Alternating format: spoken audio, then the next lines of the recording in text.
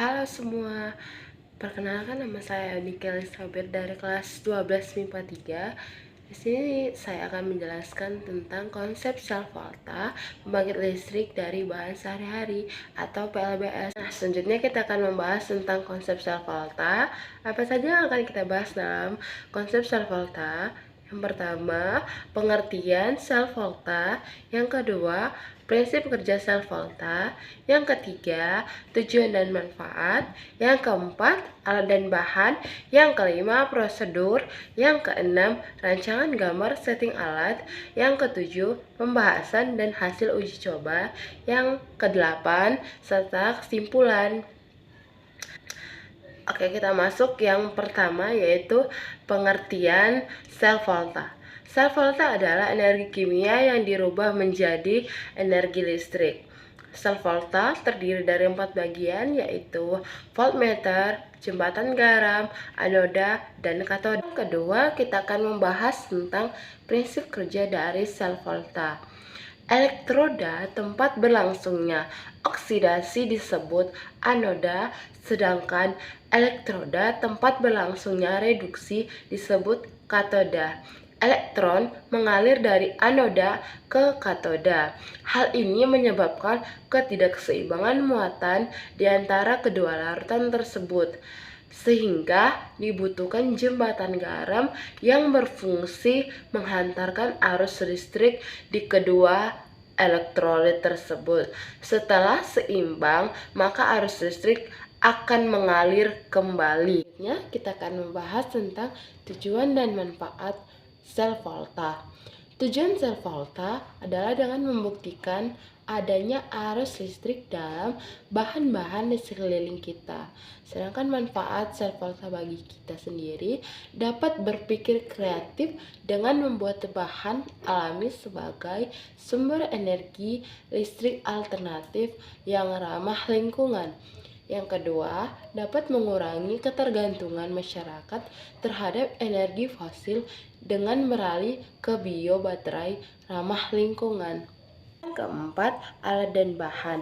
Alat yang kita gunakan adalah alat yang dapat menghantarkan arus listrik atau konduktor, seperti penjepit buaya, koin atau logam, serta paku. Sedangkan bahan yang kita gunakan adalah bahan yang memiliki tingkat keasaman yang kuat yang mengandung sifat elektrolit sehingga dapat menghasilkan energi listrik.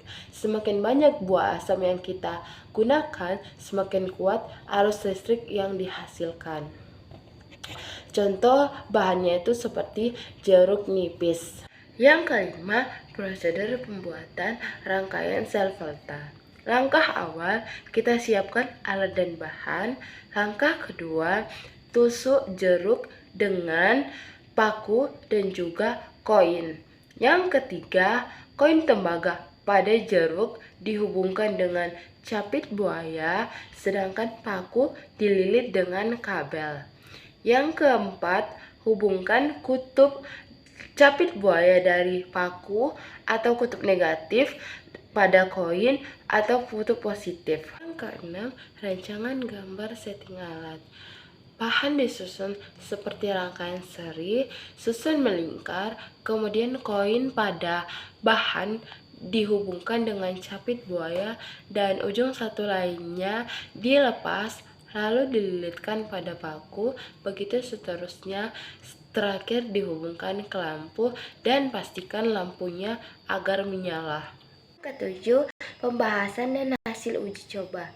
Yang pertama, pembahasan penerapan sel volta bekerja pada rangkaiannya, yaitu paku sebagai anoda atau oksidasi dan logam sebagai katoda atau reduksi, sehingga menghasilkan reaksi spontan serta asam pada jeruk nipis dapat diubah menjadi energi listrik.